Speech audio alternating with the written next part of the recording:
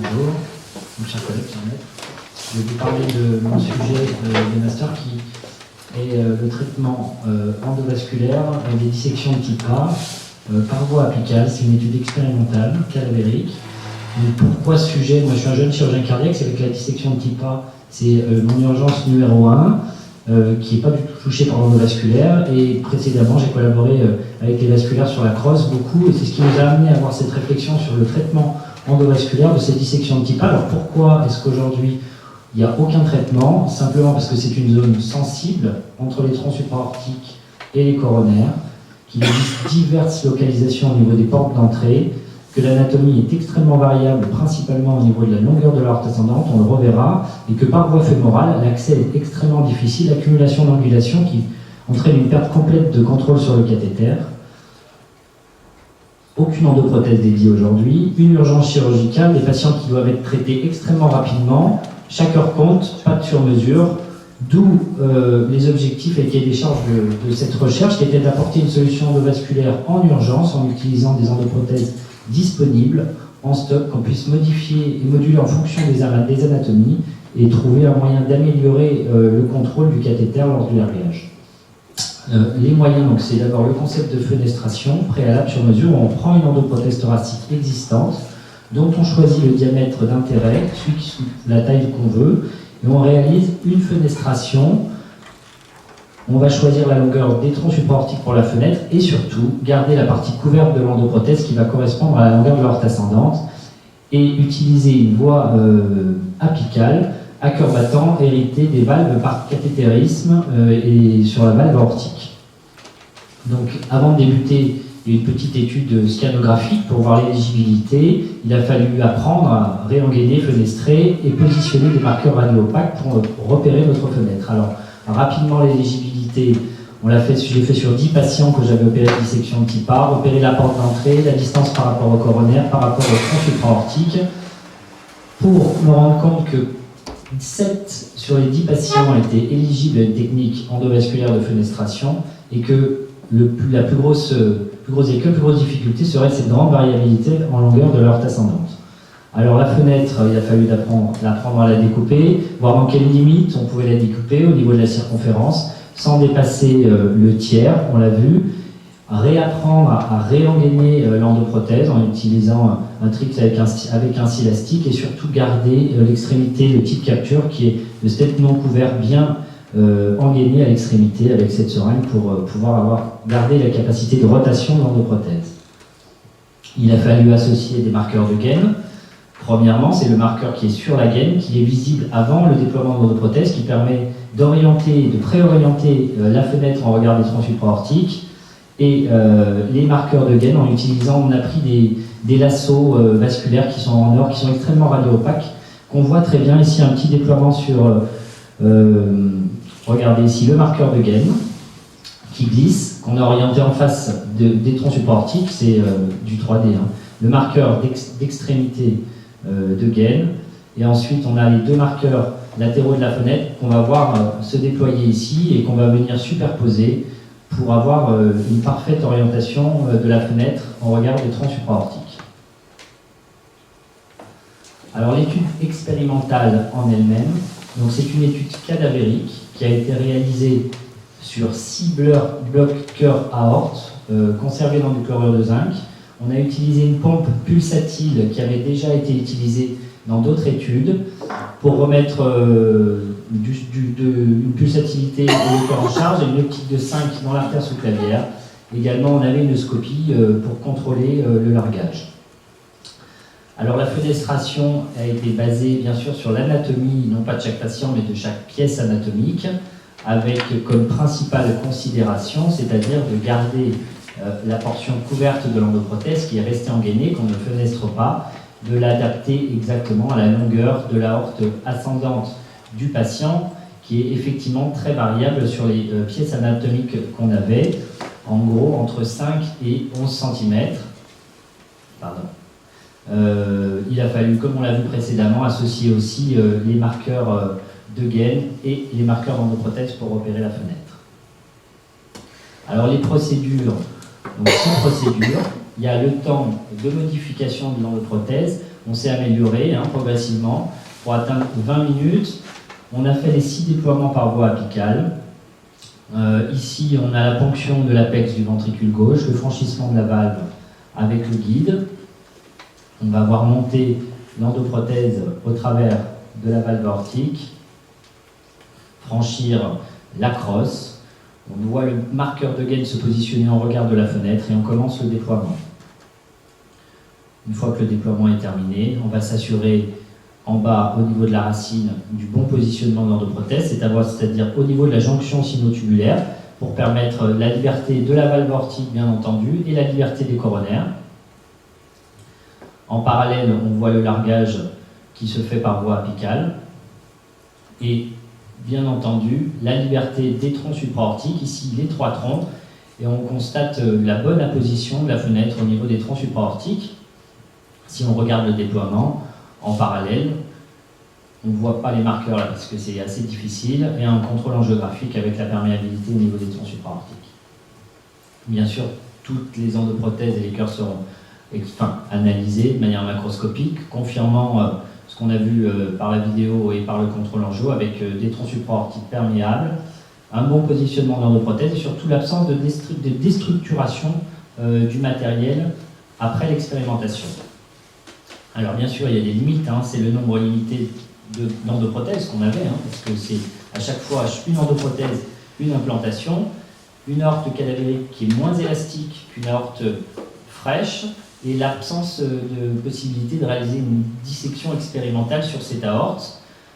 On peut aussi, en extrapolant en vivant, penser qu'on crée une fuite aortique qui peut créer une instabilité hémodynamique au moment du largage, et après se pose le problème éthique du détournement off-label d'endoprothèse thoracique.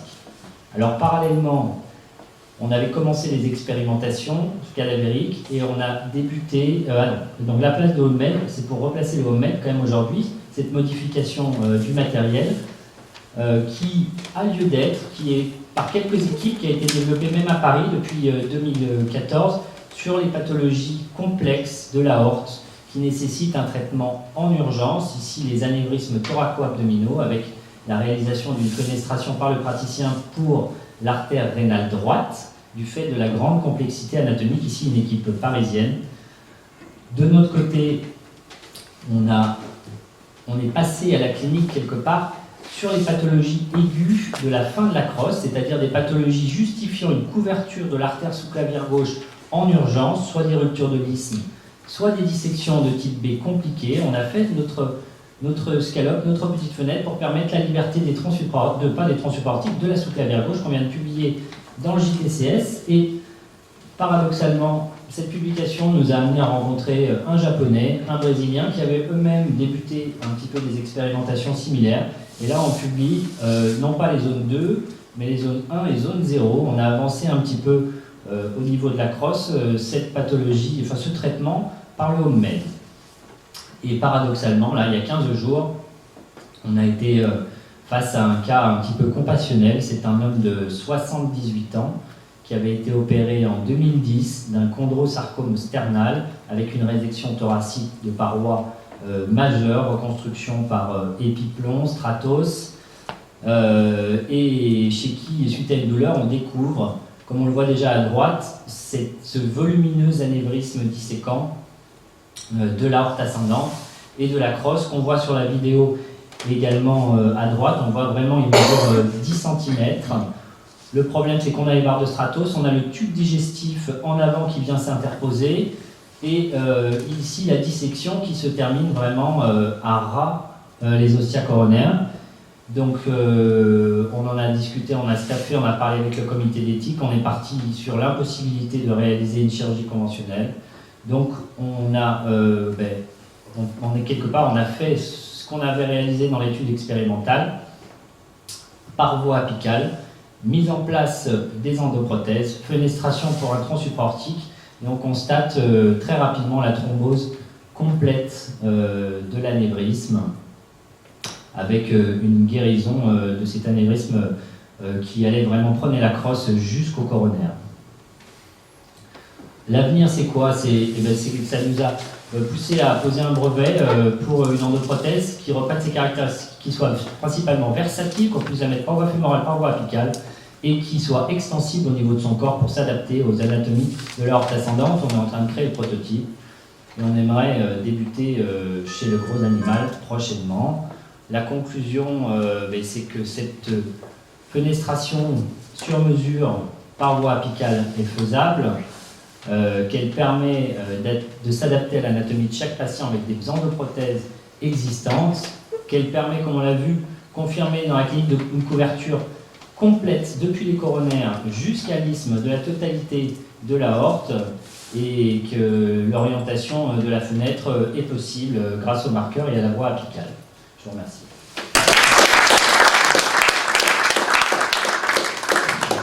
Merci Thomas.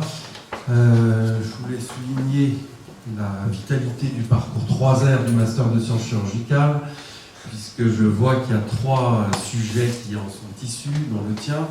Je voudrais aussi te féliciter pour ta persévérance, parce que je sais un peu quelle a été la genèse de toute cette recherche. Tu es parti vraiment d'un problème clinique qui est non résolu.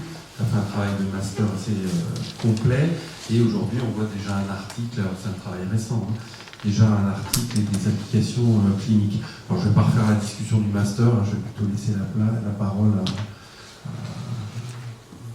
aux membres de l'académie, aux membres des masters, etc. Bravo, je trouve effectivement c'est un très joli travail. Ce qui me surprend, non, mais je dis qu'à notre époque de très haute technologie, voir un chirurgien donner un petit coup de ciseau dans une prothèse, en regardant un tas de radios et les endoscopes, il n'y a pas moyen de faire mieux que ça, c'est-à-dire d'avoir une machine automatique qui fait les trous au bon endroit d'après une analyse radiologique complète du système. C'est pas possible, ça. Parce que c'est difficile ce que vous faites.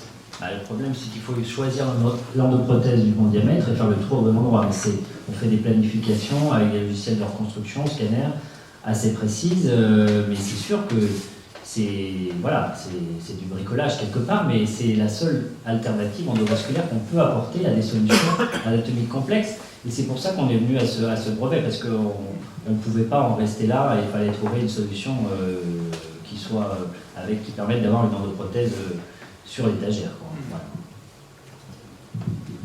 Ça m'étonne qu'il n'y ait pas un industriel qui ait envie de... Pourquoi pas d'industriel? Je crois que c'est quand même des compétences nouvelles. La voie apicale, les valves par cathétérisme. On a atteint maintenant des compétences techniques. La salle hybride, c'est des éléments qui n'existaient pas, qui sont des choses indispensables pour continuer de progresser. Et un autre problème avec l'industrie, on le sait bien, c'est quand c'est des pathologies assez rares, qu'on ne met pas 4000 endoprothèses par an. L'industrie, elle ne porte pas un intérêt exceptionnel. Voilà, les dissections, c'est un centre comme le nôtre, c'est 20 par an. En France, c'est peut-être 400, 500. Néanmoins, ça viendra, je pense, mais il fallait que tout soit réuni. Le contexte, la qualité chirurgicale, la salle hybride, et je pense que voilà, ça ne se fait pas comme ça en un claquement de doigts. Question très simpliste. L'endroit où tu coupes ta prothèse, il n'y a pas de problème de coagulopathie sur le textile? Parce que moi je suis un peu de l'avis de Dominique Franco, c'est-à-dire, on imagine à l'époque, on peut avoir immédiatement un truc 3D, faire un moule, il peut avoir ça en prothèse. Il faut imaginer quelque chose qui remonte un peu dans les coronaires, enfin dans les grosses bronches, je veux dire, parce qu'une fois que tu as coupé avec des ciseaux, j'ai pas fait beaucoup de chirurgie vasculaire, j'en ai fait qu'un peu il y a longtemps. Une fois qu'on a une prothèse coupée, non, ça n'a pas posé de problème. Le tissu il est découpé de manière assez nette. Quand on voit de toute façon les endoprothèses, quand on les manipule et qu'on voit comment elles sont faites, c'est fait à la main. C'est cousu à la main. Honnêtement, on fait le même travail que ceux qui les confectionnent. Mais je pense que c'est une étape. C'est une étape. Voilà. Après, cette technique, elle peut avoir des applications sur d'autres sites aussi, dans le les thoracoabdos, ce qu'a fait l'équipe de M. Beckman. Donc là, ça élargit quand même le nombre des indications. C'était une autre question, je crois qu'on l'a fait pour la mésentérique supérieure. Je crois qu'il y a des trous, je crois, pour la mésentérique supérieure. De toute façon, il y a le sur-mesure qui existe Voilà, mais le problème, là, on est vraiment dans la culte, hein, donc on n'a pas le temps sur mesure pour le moment. Donc ça viendra peut-être, mais c'est très compliqué quand même. C'est une structure en nitinol. Le nitinol, c'est un métal qu'on ne peut pas printer, hein, qu'il faut travailler à l'avance, qui a des propriétés assez mécaniques particulières. On ne peut pas imaginer faire de l'impression 3D dans nos prothèses. Ça, pour le moment, je pense qu'on en est très loin. Il faut l'étape d'avant, c'est d'arriver à trouver une endoprothèse qui soit un peu plus universelle.